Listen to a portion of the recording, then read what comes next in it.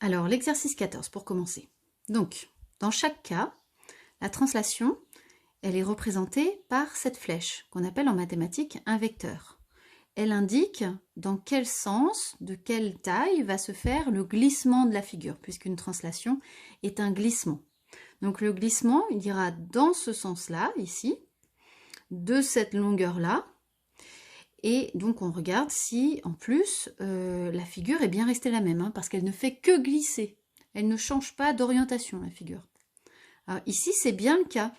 On a bien translaté cette figure 1 et on a obtenu la figure 2. On a bien suivi le bon sens, la même longueur. On pourrait vérifier avec une règle, hein, cet œil-là, quand il se transforme en cet œil-là, il a bien suivi le même chemin avec la même longueur. Donc pour le A, c'est correct.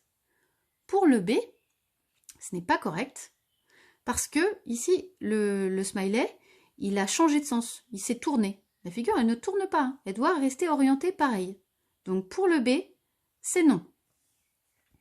Pour le C, là, le smiley, il a été transformé en celui-ci et il a grossi. Donc c'est faux. Il ne s'agit pas de la translation qui transforme A en B, parce que normalement, les figures doivent rester identiques. Et enfin, pour le D, alors normalement, la translation, elle se fait donc de A vers B et de cette mesure-là. Hein, donc si je prends ma règle, par exemple, je vois que la flèche, elle mesure 1 cm.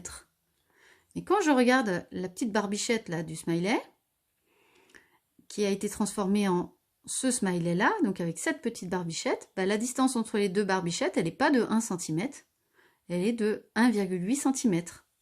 Donc c'est non également. Donc il y a une seule figure qui est bien une translation qui transforme A en B, donc ici F1 en F2, c'est le petit a. Il n'y avait que celle-ci qui était correcte.